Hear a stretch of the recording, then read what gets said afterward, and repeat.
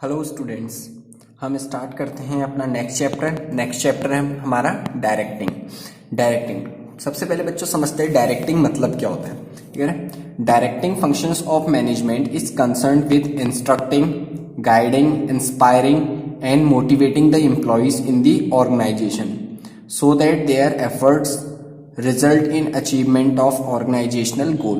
बच्चे सिंपल बोल रहे, डायरेक्टिंग मीन्स होता है इंस्ट्रक्ट करना, गाइड करना और इंस्पायर और मोटिवेट करना किसी भी एम्प्लॉय को एक ऑर्गेनाइजेशन में, जिससे उनका जो भी एफर्ट है, वो जो भी वर्क कर रहे हैं उसको किस चीज में लगा सकें, अचीवमेंट ऑफ ऑर्गेनाइजेशनल गोल। जो भी ऑर्गेनाइजेशन का गोल है हम उसको अचीव कर सकें, इसका ये है डायरेक्टिंग का मतलब। फिर नेक्स्ट टॉपिक है बच्चों, नेक्स्ट टॉपिक है हमारा 7.2 में features characteristics of directing functions, जो हमने नहीं पढ़ने हैं। उसके बाद आ जाता है next topic importance of directing functions. Directing functions के इंपॉर्टेंस, फायदे क्या हैं, तो वन बाय वन सारे पॉइंट डिस्कस करते हैं। कह रहे हैं to initiate action. To initiate action मतलब होता है बच्चों जो भी काम है, पहले मैं थोड़ा सा डीप में ले जाता हूँ, चैप्टर समझाता हूँ क्या था। सबसे पहले हमने सीखा कि नंबर 1 पे फंक्शन में पढ़ा था प्लानिंग कैसे करेंगे। हमने क्या सीखा, प्लानिंग कैसे करेंगे। प्लानिंग करने के लिए किसी भी पर्सन को सोचता है वो कि हाँ मैं ऐसा करूंगा, मैं ऐसा करूंगा, मैं ऐसा करूंगा, दिस इज प्लानिंग। उसके बाद नंबर 2 में सीखा ऑर्गेनाइजिंग चैप्टर पढ़ा हमने। ऑर्गेनाइजेशन में वो सारी चीजें ऑर्गेनाइज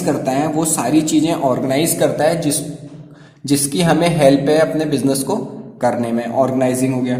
फिर इससे पहले लास्ट चैप्टर जो हमने पढ़ा था वो पढ़ा था स्टाफिंग। क्या पढ़ा था, स्टाफिंग चैप्टर में ये पढ़ा था कि हाउ टू रिक्रूट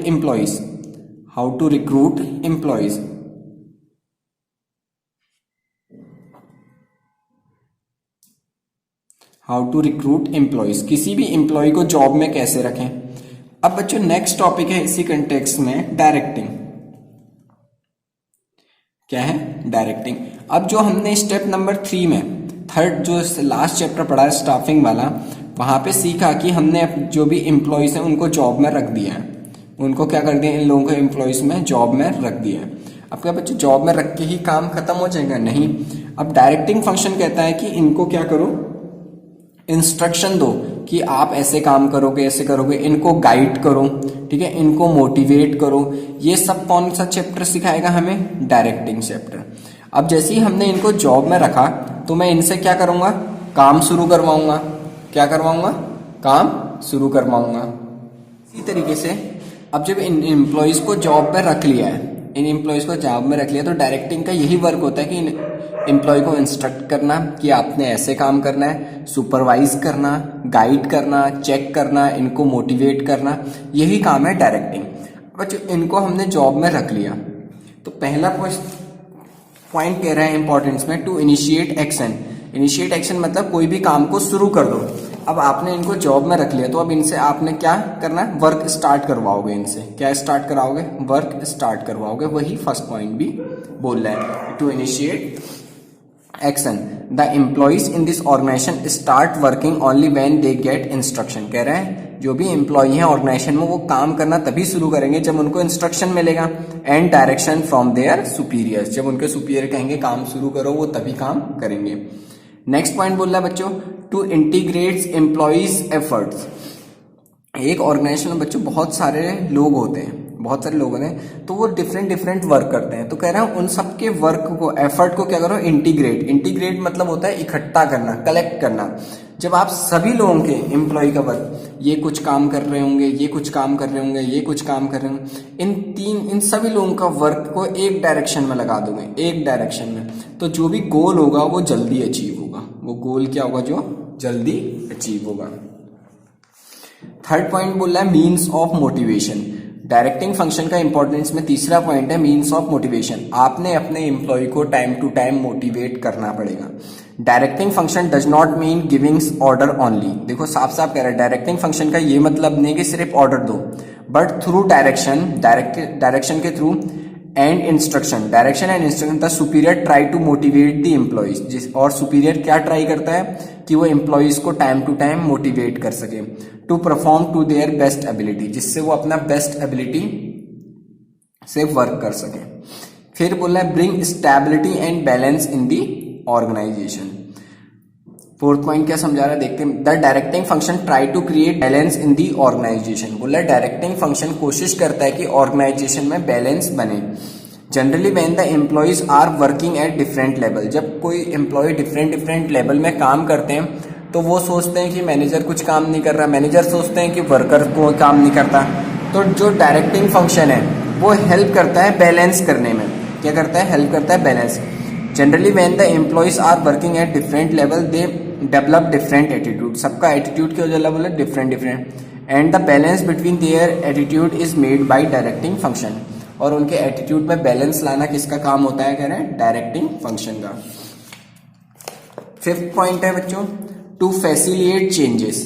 डायरेक्टिंग, अब ऑर्गेनाइजेशन है, कभी ना कुछ चेंजेस करने पड़ते हैं। एग्जाम्पल के लिए जैसे अभी कोरोना का टाइम चल रहा है, ठीक, कोरोना पीरियड चल रहा है, तो ऐसा हुआ पहले सारे टीचर्स क्या करते थे? स्कूल में जाके पढ़ाते थे। अब सारे टीचर्स किस में पढ़ा रहे हैं? फोन्स में पढ़ा रहे हैं। तो चेंजेस आए, सबकी लाइफ में चेंजेस आए, स्टूडेंट की लाइफ में आए, टीचर्स की लाइफ में आए, सभी की लाइफ में आए। तो ऑर्गेनाइजेशन में भी ऐसे ही चेंज आते रहते हैं कि कभी भी एम्प्लॉयज को किसी भी सिचुएशन में काम करना पड़ सकता है।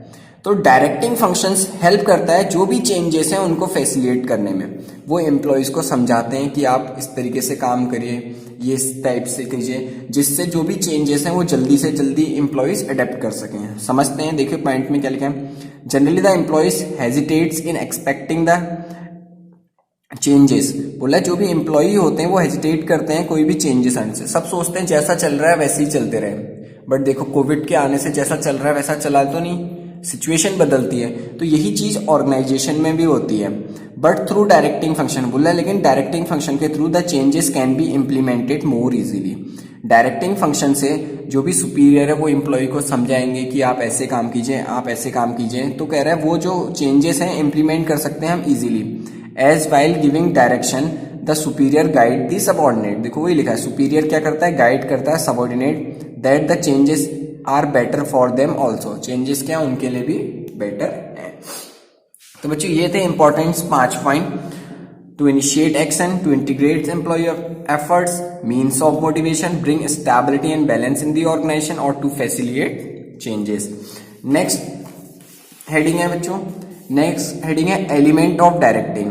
देयर आर 4 मेन एलिमेंट्स और components of directing which are. बोला है 4 एलिमेंट्स हैं किसके? डायरेक्टिंग के। Supervision, motivation, communication and leadership. ठीक है, तो देखो नीचे बताया भी है, supervision plus motivation plus communication plus leadership equals to directing. आप सुपरवाइज भी करोगे एम्प्लॉयज को, उनको मोटिवेट भी करोगे, उनसे कम्युनिकेशन बातें भी करोगे और उनको लीड भी करोगे। इन जब ये सारी क्वालिटी आप होंगी तभी आप एक डायरेक्टिंग फंक्शंस कंप्लीट कर पा रहे हो। तो 1 बाय 1 सभी फंक्शंस पढ़ेंगे। तो सबसे पहले पढ़ते हैं सुपरविजन। सुपरविजन मतलब क्या होता है? देखो सुपरविजन में ही विजन आ रहा है। सुपरविजन कि हमारा कोई विजन है, हम किसी को खाली बर्डन नहीं होंगे, किसी को एकदम स्कोल्ड डांटेंगे वाटेंगे नहीं, उनको सुपरवाइज करना है, सिखाना है, समझाना है। तो देखो क्या लिखा है, the supervision means instructing, guiding, monitoring and observing the employees while they are performing jobs in the organization। क्या कह रहा है? सुपरविजन मतलब होता है इंस्ट्रक्ट करना, एम्प्लॉय को कुछ समझाना या बताना, गाइड करना, अगर वो गलत कर रहा है तो उसको उस चीज को सही करवाना, मॉनिटरिंग, चेक करते रहना टाइम टू टाइम कि वो काम सही कर रहा है नहीं कर रहा है, एंड ऑब्जर्विंग, और ऑब्जर्व करना कि जो चीज आप उसे सिखा रहे हो वो कितनी जल्दी सीख रहा है या काम को कितने अच्छे से कर रहे हैं। Employees while they are performing the job in the organization। देखो आगे लिखा भी है, the word supervision is the combination of 2 word. Supervision combination है 2 वर्ड का। एक है supervision where super means over. Super means क्या होता है? Over and above. Vision means seeing, ऊपर से देखना या दूर से देखना। So supervision means seeing the activities of employees from over and above. तो कह रहा है सो सुपरविजन मीन्स होता है सीइंग दी एक्टिविटीज, एक्टिविटीज को देखना एम्प्लॉइज की फ्रॉम ओवर एंड अबव, दूर से। जैसे सीनियर टॉप लेवल मैनेजमेंट में लोग होते हैं जो दूर से हम पे नजर रखते हैं, वो वाली पॉइंट है सुपरविजन। अब अगला टॉपिक है हमारा इंपॉर्टेंस ऑफ सुपरविजन या फंक्शंस ऑफ सुपरविजन। इंपॉर्टेंस क्या है सुपरविजन के या फंक्शंस क्या है, तो वन बाय वन सभी पढ़ते हैं। इंश्योर्स इशूइंग ऑफ इंस्ट्रक्शंस, कह रहा है सुपरविजन में इंपॉर्टेंस या फंक्शंस कुछ भी आ जाए तो हमको इनमें से ही पॉइंट लिखने पड़ेंगे। सबसे पहले ensures issuing of instructions, ensure करते हैं कि जो हम इस इंस्ट्रक्शन दिए हैं वो पहुंचे या नहीं पहुंचे। देखो क्या कह रहा है, the supervisor make sure that all the instruction are communicated to each and every employee. देखो वही लिखा है, वो इंश्योर करते हैं कि जो उनने इंस्ट्रक्शन दिए वो ईच और एवरी एम्प्लॉय को पहुंचे या नहीं पहुंचे, इसको क्या करते हैं, इंश्योर करते हैं। The top level and middle level plan out all the instruction, कह रहा है टॉप और मिडिल लेवल प्लान करता है instruction, but the instructions are issued only by supervisory level of management. बोल रहा है बट जो इंस्ट्रक्शन है वो कौन इश्यू करता है, only by supervisory level of management. दूसरा बोल रहा है फैसिलिटेट्स कंट्रोल। अब देखो कंट्रोल मतलब यहां पे क्या बोल रहा है, control means match between actual and planned output. अब कंट्रोल मतलब यहां नहीं बच्चों की कोई लिमिटेशन लगा रहा है, यहां पे कंट्रोल मतलब बोल रहा है कि जो भी एक्चुअल है और जो प्लान्ड आउटपुट है उसको क्या करना, मैच करना। Whenever the worker are under constant supervision, बोल रहा है जब कभी कोई वर्कर एक कांस्टेंट सुपरविजन में होता है और मॉनिटरिंग में होता है, then step by step check it kept and if they are deviating from plan then immediate instruction are issued by the supervisor. फिर से बता रहा हूं, whenever the workers are under constant supervision, कह रहा है जब भी कोई वर्कर्स अंडर कांस्टेंट सुपरविजन या मॉनिटरिंग में होता है, then step by step check is kept, step by step उसको चेक किया जाता है। एंड इफ दे आर डिवेटिंग, अगर ये कुछ भूल रहा है या कुछ कमी है आ रही है उसमें, फ्रॉम प्लान जो प्लान किया था, देन इमीडिएट इंस्ट्रक्शन, बोल रहा है उसे तुरंत इंस्ट्रक्शन दो, are issued by the supervisors. कौन इश्यू करता है, सुपरवाइजर। इसे कहा जाता है फैसिलिटेट कंट्रोल, कि एक्चुअल और प्लान आउटपुट को मैच कर सके। अगर कोई भी प्रॉब्लम हो रही तो मॉनिटरिंग करते टाइम उसको तुरंत क्या करो, इंस्ट्रक्ट करो। नेक्स्ट पॉइंट बोल रहा है बच्चों ऑप्टिमम यूटिलाइजेशन ऑफ रिसोर्सेस का कैसे यूज करो, ऑप्टिमम, कम से कम। अगर कोई आप पे प्रॉपर चेक कर रहा होगा, प्रॉपर गाइड कर रहा होगा, तो जो भी आप वेस्टफुल एक्टिविटी करने वाले होगे, तो कोई अगर आपको ऑब्जर्व कर रहा है तो वो आपको गाइड कर देगा कि ऐसे नहीं, इस वर्क को ऐसे करो, जिससे आप वो रिसोर्सेस का ऑप्टिमम यूज कर पाओगे। When the workers are constantly monitored और observe then they always use the resources in the best possible manner. देखो वही लिखा भी कह रहे हैं, when the workers are constantly monitor, कोई अगर उसे कॉन्स्टेंटली मॉनिटर और ऑब्जर्व कर रहे हैं, then they always use the resources in best possible manner. बोला रिसोर्सेज उसी तरीके से लेगा जिससे वो कम से कम यूज कर सके, which leads to minimum wastage, जिससे क्या होगा, कम से कम वेस्टेज।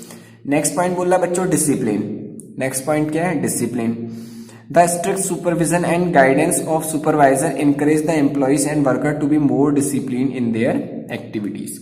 अगर कोई भी लोग आपको सुपरवाइज कर रहे हैं, गाइड कर रहे हैं और टाइम टू टाइम आपको मॉनिटर कर रहे हैं, तो इससे क्या होता है, हमें डिसिप्लिन आ जाता है कि हम कोई गलत काम करेंगे तो कोई हमें देख रहा होगा, इस तरीके से। तो डायरेक्टिंग फंक्शन सुपरविजन से एक क्या आ जाती है एम्प्लॉइज में, डिसिप्लिन।